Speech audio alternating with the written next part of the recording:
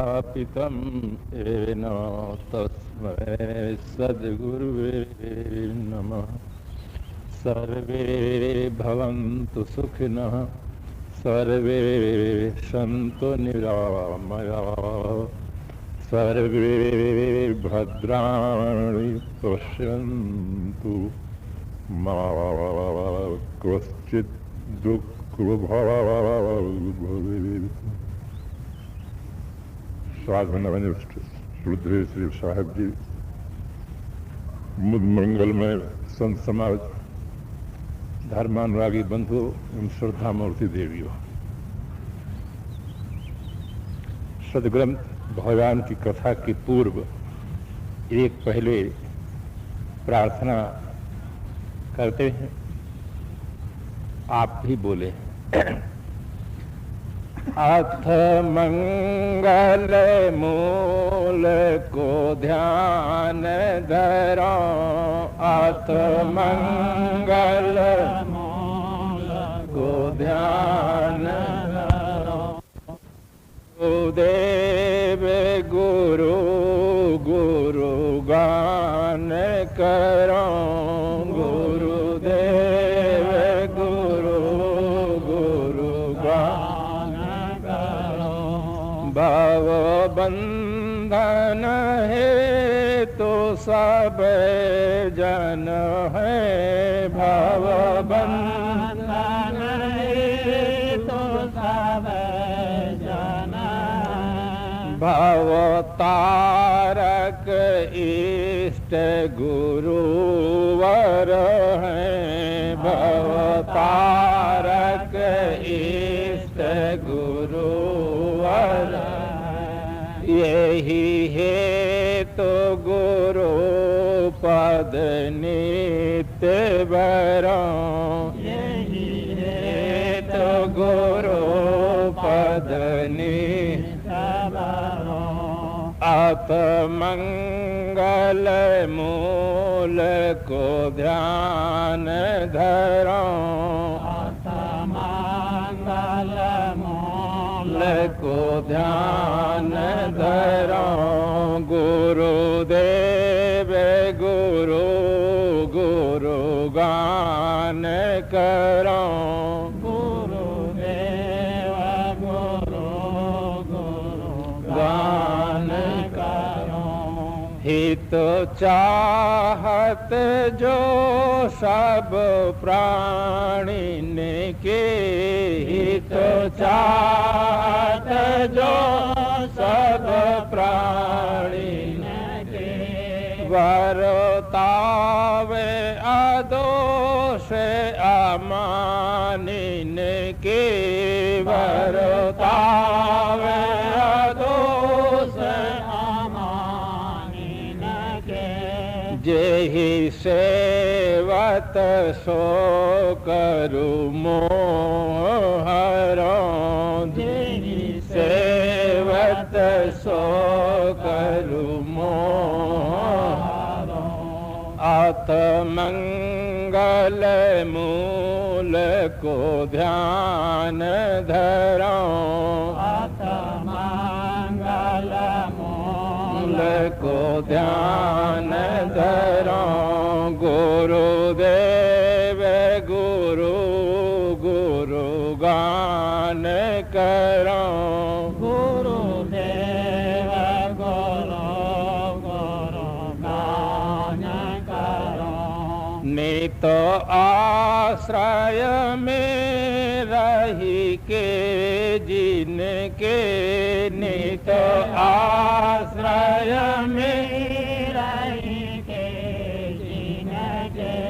सब साधन बोध मिले जिय के, सब साधन बोध मिले जिय के। नित ऐसे सुदेव के पाँव परो, नित ऐसे सुदेव के पाँव परो।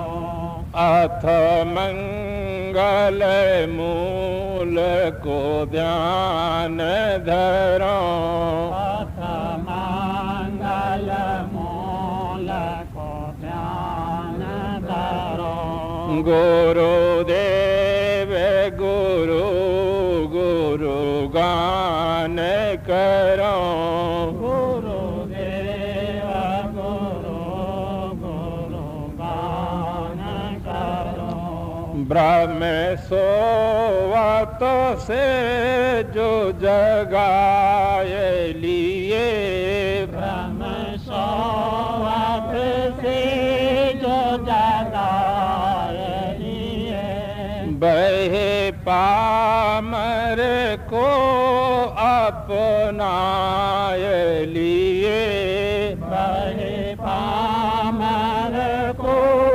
अपनाए लिए अब तो गुरु ऐन में नित्य चरों अब तो गुरु ऐन में नित्य चरो अथ मंगल मूल को ध्यान धरो अथ मंगल मूल को ध्यान धरो गुरुदेव गुरु गुरु गान करो गुरुदेव गुरु गुरु गान करो अविकार अभय अविनाशी सदा अविकार अभय अविनाशी सदा रविवारण सुसाक्षी स्वरूप सदा रविवार सुसाक्षी स्वरूप सदा गुरुदेव दयाल ही रूप खरो गुरुदेव दयाल रूप करो अथ मंगल मूल को ध्यान धरो अथ मंगल मूल को ध्यान धरो गुरुदेव गुरु गुरु गान करो गुरुदेव गुरु गुरु गान करो बोलो श्री सद्गुरु देव की जय। सदग्रंथ भवयान भक्ति भरण का आज प्रसंग है। बिन गुरु दया सुलख नहीं पावे। जब तक गुरुदेव की दया दृष्टि प्राप्त नहीं होती है तब तक व्यक्ति अपने स्वरूप को लख नहीं पाता है। अपने रूप को ही वह व्यक्ति स्वरूप मान लेता है। ये उसकी भूल है। रूप अलग चीज है और स्वरूप अलग चीज है। रूप तो निरंतर बदलता रहता है। बाल अवस्था में छोटा बच्चा होता है, उसका रूप कितना सुंदर होता है, कितना मुलायम कोमल। जैसे जैसे अवस्था बदलती जाती है उसका रूप बदलता जाता है, किंतु स्वरूप एकरस रहता है, उसमें किंचित भी परिवर्तन नहीं होता है। रूप जड़ होता है और स्वरूप चेतन होता है। रूप क्षणिक होता है और स्वरूप शाश्वत होता है। यह भेद बिन गुरु दया सुलख नहीं पावे। बिना गुरु के दया के यह जीव समझ नहीं पाता है, लख नहीं पाता है, अपने आप का ठीक से बोध नहीं कर पाता है। पहले हम गुरु के संबंध में ही ठीक से चिंतन करें, क्योंकि संत सम्राट श्री कबीर साहब महान क्रांतिकारी संत हुए। उन्होंने इंकलाब किया कि जाका गुरु है आंधरा, चेला काह कराए, अंधे अंधा पेलिया दो को पराए। एक तरफ साहब इंकलाब स्वर में कहते हैं और दूसरी तरफ कहते हैं कि गुरु की दया साधु की संगत निकर आओ यही द्वार। संसार सागर से पार होने का रास्ता भी साहब बताते कि गुरु की दया प्राप्त हो और संतों की संगत प्राप्त हो तो व्यक्ति संसार सागर से पार हो सकता है। सामान्य जिज्ञासुओं के मस्तिष्क में ये भ्रम हो जाता है कि एक तरफ तो गुरु की इतनी बड़ी महिमा है और दूसरी तरफ इतना बड़ा इंकलाबी स्वर है, इसमें भेद क्या है। गुरु शब्द बहुत ही महत्वपूर्ण है। गु कहिए अंधकार को, रू कहिए प्रकाश, मिट अज्ञाने ज्ञान दे, गुरु नाम है दास। जो अज्ञान को मिटाकर ज्ञान प्रकाश दे उन्हें गुरु कहते हैं। किंतु संसार में जब देखे लोग वैरागवान संतों को, बोधवान संतों को जब देखे कि इससे समाज प्रभावित होता है, प्रेरणा प्राप्त होता है, तो आप तो लोग अच्छी तरह समझते हैं कि जब कोई अच्छा माल चल जाता है तो उस माल का डुप्लीकेट भी हो जाता है। वही यहां भी हुआ। ऐसे लोग गुरु बनना प्रारंभ कर दिए जिन्हें कुछ भी बोध नहीं है, सामान्य स्तर के व्यक्ति हैं, केवल साधारण सी कथा सुना करके कि बिना गुरु के व्यक्ति नरक में चला जाता है, ऐसी बात बता करके शिष्य बनाना शुरू कर दिए। उदाहरण के रूप में ले, एक पंडित जी थे, जहां जाते वहां कुछ धार्मिक चर्चा करते और उस चर्चा में विशेष रूप से यही प्रसंग लाते कि जो आदमी गुरु नहीं करता है वो आदमी नरक में जाता है। तो दीक्षा देते, धीरे धीरे संख्या की वृद्धि हुई। वहां एक वैरागवान संत आए, लोगों ने उनका स्वागत किया। सायंकाल जब सत्संग का समय आया, संत जी ने कहा कि हर आदमी को अपने गुरुदेव से ये पूछना चाहिए कि मैं कौन हूं, जीवन क्या है, जगत क्या है, बंधन क्या है, मोक्ष क्या है, क्योंकि इसका भेद गुरु बताते हैं। गर्मी का दिन था। जब आदमी के मन में श्रद्धा होती है, भाव होता है, तो इष्ट की लोग बड़े भाव से सेवा करते हैं। सुंदर ठंडे जल से स्नान की व्यवस्था, गर्मी के अनुकूल भोजन की व्यवस्था, आवास व्यवस्था, और संत जी का निर्णय जब सुनते लोगों को बड़ा संतोष मिलता। बहुत ऐसा मिलता कि बहुत अच्छा हमारा सौभाग्य है कि इतना निर्णय सुनने का मौका मिला है। शब्द में बहुत बड़ी शक्ति होती है। शब्द सुन करके आदमी का चेहरा प्रसन्नता से भर जाता है, खिल जाता है। और ऐसे भी शब्द होते हैं कि जिसे सुन करके आदमी दुखी हो जाता है, रोने लग जाता है, मन में ग्लानि पैदा हो जाती है। ऐसे भी शब्द होते हैं। निर्णय वचन जब संत के सुने, हर व्यक्ति के मन में बड़ी प्रसन्नता। संत जी कुछ दिन रह करके समझा करके चले जाते हैं। एक जिज्ञासु के मन में बार बार कल्पना उठे कि हमारे गुरुजी आते तो हम भी अपने गुरुजी की इसी प्रकार से सेवा करते और गुरुजी से निवेदन करते, प्रश्न पूछते।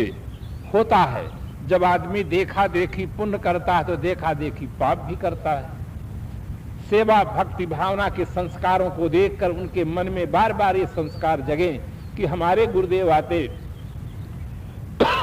तो हम भी इस प्रकार से उपासना करते। गर्मी का दिन बीता, वर्षा का दिन बीता, समय आया, खूब कड़ाके की ठंडी पड़ रही थी। ठंडी के दिनों में उनके गुरुजी आए। उनके मन में भाव था गुरुजी के स्नान कराने के लिए ठंडे पानी की व्यवस्था किए, क्योंकि गुरुजी को देखे थे संत जी को ठंडे पानी से स्नान करा रहे थे। अब उनको सामयिक ज्ञान नहीं रहा, श्रद्धा तो थी किंतु सामयिक ज्ञान न होने से ठंडे पानी से गुरु जी को स्नान करा दिए। और जब गुरु जी स्नान करके आसन पर बैठे तो नींबू का शरबत बना करके दे दिए पीने के लिए।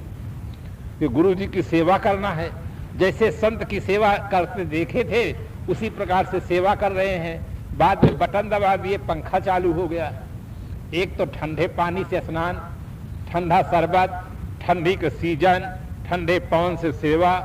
तीसरी बात प्रश्न कर दिए, गुरुदेव मैं कौन हूं, संसार क्या है, जीवन क्या है, बंधन क्या है, मोक्ष क्या है, इन पर आप प्रकाश डालने की कृपा करें। वे गुरुदेव तो कभी जीवन में अपने ऐसा प्रश्न ही नहीं सुने थे, फिर समाधान क्या देते। किंतु उन्होंने अपनी बात पुष्ट करने के लिए, रखने के लिए उन्होंने कहा कि राम लक्ष्मण सीता, इसी में भागवत, इसी में गीता। सबका सार मैं तुम्हें पहले बतला दिया हूं कि राम लक्ष्मण सीता, इसी में भागवत, इसी में गीता। उन्होंने कहा ये महाराज जी ये बात तो सही है, किंतु मैं ये जानना चाहता हूं कि मैं कौन हूं और संसार क्या है, बंधन क्या है, मोक्ष क्या है, मैं ये जानना चाहता हूं। गुरु जी समझ गए कि लगता है इन्हें कोई संत मिल गए, क्योंकि बिन गुरु दया सुलख नहीं पावे। कोई संत मिलते हैं, सदगुरु मिलते हैं, तब कुछ लखने को मिलता है, जानने को मिलता है, परखने को मिलता है। उन्होंने कहा देखो बेटा, गुरु में श्रद्धा रखो, शास्त्र में श्रद्धा रखो, परंपरा में श्रद्धा रखो, भगवान में श्रद्धा रखो, बस बेड़ा पार हो जाता है। और जो व्यक्ति श्रद्धा नहीं रखता है, तर्क करता है, बुद्धि का प्रयोग करता है, तो संशय आत्मा विनश्यति। जो व्यक्ति संशय करता है उसका विनाश हो जाता है। पार्वती जी ने संशय किया कि वही राम है, परब्रह्म परमात्मा है, जो इस प्रकार से वन वन में भटकते रहे कि वो दूसरे हैं। पार्वती ने संशय किया तो उनका पतन हो गया। इस प्रकार से जो भी व्यक्ति संशय करता है उसका पतन हो जाता। सती ने तो इस प्रकार से जो जो व्यक्ति संदेह करते हैं उनका पतन हो जाता है। संशय न करना चाहिए, श्रद्धा रखनी चाहिए। इस प्रकार श्रद्धा की बात बढ़ाई। किंतु शिष्य समझ गया था, वो अपना प्रश्न फिर दोहराया। उन्होंने कहा बेटा, जो ज्यादा संशय करेगा वो सीधे नरक में चला जाता है, इसलिए संशय न करो, श्रद्धा रखो और विश्वास रखो। मैं बार बार कहता हूं कि राम लक्ष्मण सीता, इसी में भागवत, इसी में गीता। तब शिष्य ने कहा महाराज हम तो रामायण में कुछ और पढ़े हैं। कहे आप क्या पढ़े हैं? रामायण में लिखा है, हरहि शिष्य धन शोक न हरहि, असो गुरु घोर नरक मह परहि। जो शिष्य के धन को हरण करते हैं और शिष्य के मन में उठे हुए संदेह को हरण नहीं करते हैं, ऐसे गुरु घोर नरक में पड़ते हैं। अब गुरु जी के तो बहुत गर्म हुए कि हमको नरक में पड़ने की बात बता दिए। कहे जाओ ऐसे व्यक्ति को हम हमारी कंठी वापस कर दो, ऐसे व्यक्ति को हम भगत नहीं बनाते। उन्होंने कहा गुरु जी ऐसी कोई बात नहीं, आप हमारा दक्षिणा वापस कर दे, हम आपकी कंठी वापस कर दें। उन्होंने कहा नहीं बेटा ऐसी कोई बात नहीं, पहरे रहो।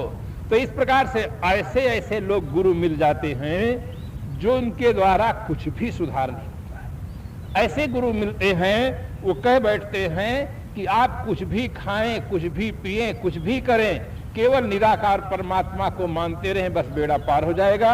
या तुम्हारे उद्धार के लिए हम तपश्चर्या करेंगे, साधना करेंगे। तुम संसारी आदमी क्या तपश्चर्या करोगे, क्या साधना करोगे?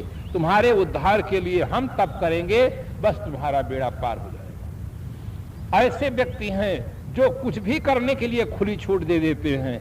ऐसे गुरु के लिए गुरु कबीर साहब ने इंकलाब किया कि जाका गुरु है अंधरा, चेला का कराए, अंधे अंधा पेलिया दो कूप परा। कीचड़ से कीचड़ नहीं धोया जा सकता है, कीचड़ को धोने के लिए साफ जल की आवश्यकता होती है। अंधकार से अंधकार नहीं मिटता है, अंधकार को मिटाने के लिए प्रकाश की आवश्यकता होती है। जीवन में अज्ञान ज्ञान से विनाश होता है, ज्ञान गुरु के द्वारा प्राप्त होता है। तो गुरु में दो लक्षण होना चाहिए। पहली बात तो उन्हें आत्मज्ञान दूसरी बात उनका जीवन पवित्र हो, निर्मल हो, वैराग्यवान हो, वैराग्य हो और बोध और रहनी जहां ठीक होती है वहां गुरुत्व पद होता है। ऐसे गुरुदेव के लिए साहब ने कहा, बिन गुरु दया सो लख नहीं पाओ। यदि गुरु में त्याग वैराग ठीक है किंतु बोध ठीक नहीं है तो भी शिष्य की भ्रांति दूर नहीं होती है। एक वैरागवान संत थे, श्रद्धालु भक्त जाकर विनय किया, विशेष आग्रह करने पर संत उन्हें दीक्षा दे दिए। जब दीक्षा देते हैं तो उन्होंने संत ने कहा कि मैं ये तुम्हें सबसे बड़ा मंत्र दीक्षा में देता हूं। वो मंत्र है सोहम। संस्कृत में सह अहम है, सोहम बन जाता है, यानी ओह मैं हूं। इस प्रकार से महाराज जी ने दीक्षा दिया और दीक्षा देकर चले गए। संत सेवा बढ़ा दिए। कुछ दिन के पश्चात दूसरे वैरागवान एक संत आए, दूसरी परंपरा के संत आए। संसार में अनेक संप्रदाय हैं, अनेक परंपराएं हैं, अनेक गुरुजन हैं, अनेक ग्रंथ हैं। दूसरे वैरागवान संत आए, भक्तराज जाप कर रहे थे, सोहम सोहम सोहम। वो वैरागवान संत ने सुना और कहा कि ये तो विरक्तों का जाप है। जो वैरागवान संत है ये उनका जाप करने का बात है। आप गृहस्थ हैं, आप घर गृहस्थी में रहते हैं, आपका ये मंत्र नहीं है। उन्होंने कहा भगवान फिर मैं कौन सा मंत्र का जाप करूं? उन्होंने कहा सा के पहले दा लगा दो। तुम जपो दासो अहम, मैं भगवान का दास हूं। ऐसा जाप करोगे तो भगवान प्रसन्न हो जाएंगे, तुमको बैकुंठ धाम में ले जाएंगे। अगर सोहम का जाप करोगे तो स्वाभिमान होगा, भगवान तुमको नरक में भेजेंगे। भक्तराज अपने गुरुदेव का दिया हुआ मंत्र छोड़ करके अब मंत्र जाप करने लगे, दासो अहम दासो अहम दासो अहम। एक साल बीता, गुरुदेव पुनः पधारे, गुरुदेव की सेवा किया। गुरुदेव जब उसको मंत्र जाप सुने, उन्होंने कहा कि मैं तो इन्हें सोहम मंत्र दिया हूं और ये दासो अहम क्यों जप रहा है? उन्होंने कहा क्या मैंने तुम्हें यही मंत्र दिया है? उन्होंने कहा नहीं गुरुवर, आपने तो सोहम मंत्र दिया है तो दासो अहम क्यों जप रहे हो? एक संत आए, बड़े अच्छे संत थे, हम पर कृपा किए, भेद बता दिए कि आप गृहस्थी में हैं, आपके लिए ये मंत्र उपयुक्त नहीं है, आपके लिए मंत्र उपयुक्त है दासो अहम, मैं भगवान का दास। संत समझ गए कि इनको भ्रम में डाल दिया गया है। संत फिर उनको मंत्र दूसरा बदल देते हैं कि दा के पहले तुम सा लगा दो। अब वह मंत्र जप हो गया, सदा सोहम सदा सोहम सदा सोहम। अब वह व्यक्ति इसी प्रकार से जपने लगा, सदा सोहम सदा सोहम, सदा वह मैं हूं, सदा वह मैं हूं, इस प्रकार का जाप जपने लगा। कुछ दिनों के बाद फिर वही वैरागवन संत आ गए जो पहले आए थे, दासो हम बताए, और अब की बार जो उनका मंत्र सुने सदा सोहम, वो एकदम आश्चर्य में पड़ गए कि एक बार मैं इनको समझा कर गया था, ये केवल सोहम जप रहे थे, अब तो जपने लगे सदा सोहम। उन्होंने कहा भक्तराज, आपकी बुद्धि विचलित हो गई है, आप गलत दिशा में चले जा रहे हैं। इतना अहम भावना से मंत्र का जाप करेंगे तो भगवान आपको सीधे नरक में ले जाएंगे। आप अपना कल्याण चाहते हैं, उद्धार चाहते हैं, तो इसके पहले दा लगा दे, दास दासो अहम, भगवान के दास का मैं दास हूं, ऐसा करके जपेंगे तब भगवान प्रसन्न होंगे, आपको बैकुंठ ले जाएंगे। अब वह व्यक्ति जपने लगा, दास दासो अहम, दास दासो अहम। और जब गुरुदेव आते हैं और उसका मंत्र सुनते हैं तो समझ जाते हैं कि ये इस आदमी की बुद्धि में गंभीरता नहीं है, समझ नहीं है। ये जैसे लोग मिलते हैं वैसे ये इसके जीवन परिवर्तन हो जाता है। तो वास्तव में जब तक विवेक वैराग संपन्न बोधवान सदगुरु नहीं मिल जाते हैं तब तक आदमी के चित्त की जो स्थिरता है वो नहीं हो पाती है। आदमी भ्रम में पड़ा रह जाता है, कुछ न कुछ कल्पना में पड़ा रह जाता है। यहाँ जो वैराग्यवान बोधवान गुरुदेव हैं उनके लिए वर्तमान में प्रसंग है कि बिन गुरु दया सुलख नहीं पावे। बोध और रहनी संपन्न जो गुरुदेव हैं उनकी जब तक दया दृष्टि नहीं होती है तब तक व्यक्ति अपने स्वरूप को नहीं लख पाता। हर आदमी क्या चाहता है? हर आदमी अपने जीवन में सुख चाहता है। सुख के लिए ही आदमी सुबह से लेकर के सायंकाल तक जब तक विश्राम करता है तब तक सुख के लिए ही प्रयास करता है, किंतु उसकी दृष्टि बाहर की ओर है, प्राणियों की ओर है, पदार्थों की ओर है। वो समझता है कि प्राणी मिल जाएंगे, पदार्थ मिल जाएंगे तो हमें सुख मिल जाएगा। इस प्रकार से वो लख नहीं पाता है कि सुख शांति का मूल है। जब मनोवृत्तियां हमारी शांत हो जाएं, निर्मल हो जाएं, तब आदमी को सुख का अनुभव होता है। प्राणी और पदार्थों से जो अनुभव होता है वो क्षणिक होता है और जब तक अनुकूल रहता है तब तक होता है। भीतर की हमारी धारणा बदल जाए या मान्यता बदल जाए तो अनुभव विपरीत चला जाता है। जैसे एक सेठ जी थे, सायंकाल का समय था, आर्थिक स्थिति उनकी बहुत अच्छी थी। पत्नी अनेक प्रकार के व्यंजन बना करके मेज में सजा करके उनके सामने रख दिया। सेठ जी कुर्सी पर बैठे हैं, उनके 2 छोटे बच्चे हैं, दोनों बच्चे उनके आके पैर को हिला रहे हैं। सेठ जी बच्चे को प्यार दे रहे हैं, पत्नी से हंसकर बात कर रहे हैं, अनेक प्रकार के मिष्टान खा रहे हैं। सेठ जी को ऐसा लगा कि भगवान की बहुत बड़ी कृपा है, संसार का हमें सब सुख प्राप्त है। वास्तव में अनुकूल पत्नी हो, पुत्र हो, आर्थिक स्थिति अच्छी हो, शारीरिक स्थिति ठीक हो तो लोक दृष्टि से वह आदमी सौभाग्यशाली माना जाता है। सेठ जी के मन में बड़ी प्रसन्नता है कि भगवान की बड़ी कृपा है, हमें संसार का सब सुख प्राप्त हुआ है। सब सुख मिलना बहुत बड़ी टेढ़ी खीर है। सेठ जी के मन में बड़ी प्रसन्नता है, भोजन पा रहे थे, उसी समय फोन की घंटी लग जाती है। संपन्न घरों में आप देखते होंगे तो एक घर में कई जगह फोन रहता है और आधुनिक युग में बहुत बड़ी सुविधा हो गई, जहां बैठते हैं वहीं फोन लिए रहते हैं, वहीं से बात कर लेते हैं। भोजन पा रहे थे उसी समय फोन था, फोन की घंटी बजी, उठा लिए सेठ जी फोन। हेलो, कौन? मैनेजर बंबई से बोल रहा हूं। क्या है? व्यापार में 10 लाख का घाटा हो गया है। जैसे ही व्यापार में 10 लाख का घाटा सुनते हैं सेठ जी एकदम उनके मन पर गहरा प्रभाव पड़ जाता है, हाथ जहां था वहीं रह जाता है। सेठ जी आंख बंद कर लेते हैं। क्या व्यापार में असावधानी हो गई? बहुत अच्छा व्यापार चल रहा था, 10 लाख का घाटा कैसे हो गया? बच्चे जो पकड़ कर पैर हिला रहे थे, जिनको प्यार दे रहे थे, उनका हाथ से झटक देते हैं, बच्चे बाहर रोने लग जाते हैं। पत्नी बात कर रही थी कि आपको मिष्टान लाऊं कि नमकीन लाऊं, पत्नी को कह देती है जोर से बात, पत्नी अंदर चली जाती है। न भोजन अच्छा लगता है, न पत्नी अच्छे लगती है, न बच्चे अच्छे लगते हैं, न मकान अच्छा लगता है। थोड़ा सा शब्द का प्रभाव अंदर चला जाता है, मन पर एक गहरा प्रभाव पड़ जाता है कि 10 लाख का घाटा कैसे होगा। सोचते हैं कि व्यापार में कहां सावधानी हो गई। अब उन्हें बाहर के संसार से कोई मतलब नहीं रह गया है, भीतर विचारों का रील चालू हो जाती है, विचारों का संसार प्रारंभ हो जाता है। हम और आप भी आंख बंद करके बैठ करके देखते हैं, अनुभव करते हैं। शांत चित्त से आप बैठ जाए, आंख बंद कर ले तो दृश्य जगत से कनेक्शन टूट जाता है, बाहरी जगत हमारे सामने नहीं रह जाता है, किंतु विचारों का जगत हमारे पास रह जाता है। अंदर से विचारों का प्रवाह निरंतर बहता है। अगर उसके हम दृष्टा न बने, साक्षी न बने, तो जैसे विचारों का प्रवाह होगा उसी प्रकार से जीवन में सुख दुख की अनुभूति होने लग जाती है।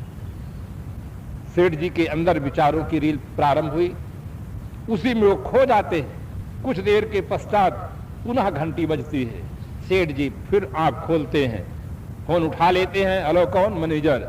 समाचार देने में भूल हो गई थी, 10 लाख की आमदनी हुई है।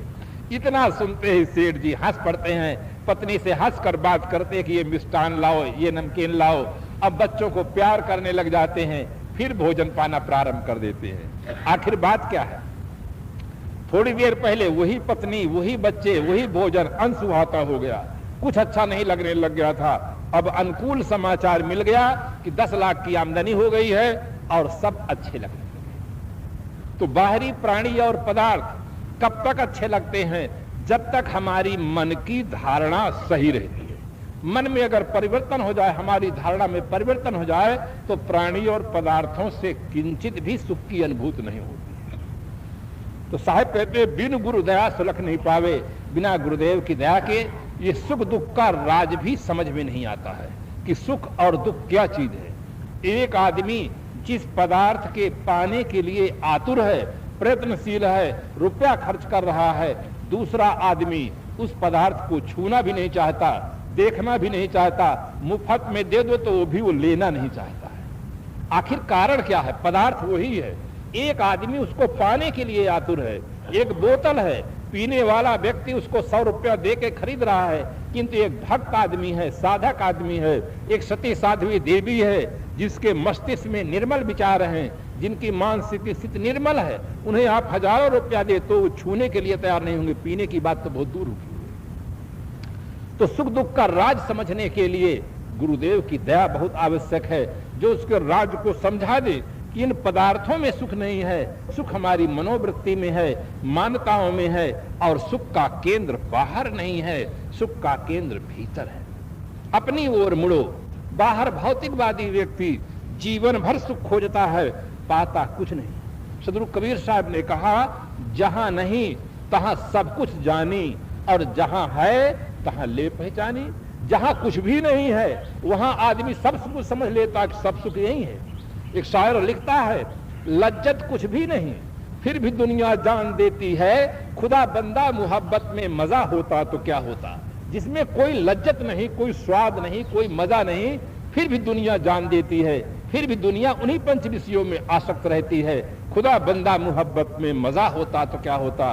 अगर आदमी अपने को जानता और अपने में तृप्त रहता, अपने में मस्त रहता, तो उसका जीवन कितना महान बनता।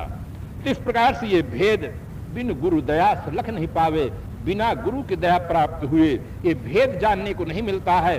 सुख बाहर नहीं है, सुख भीतर है।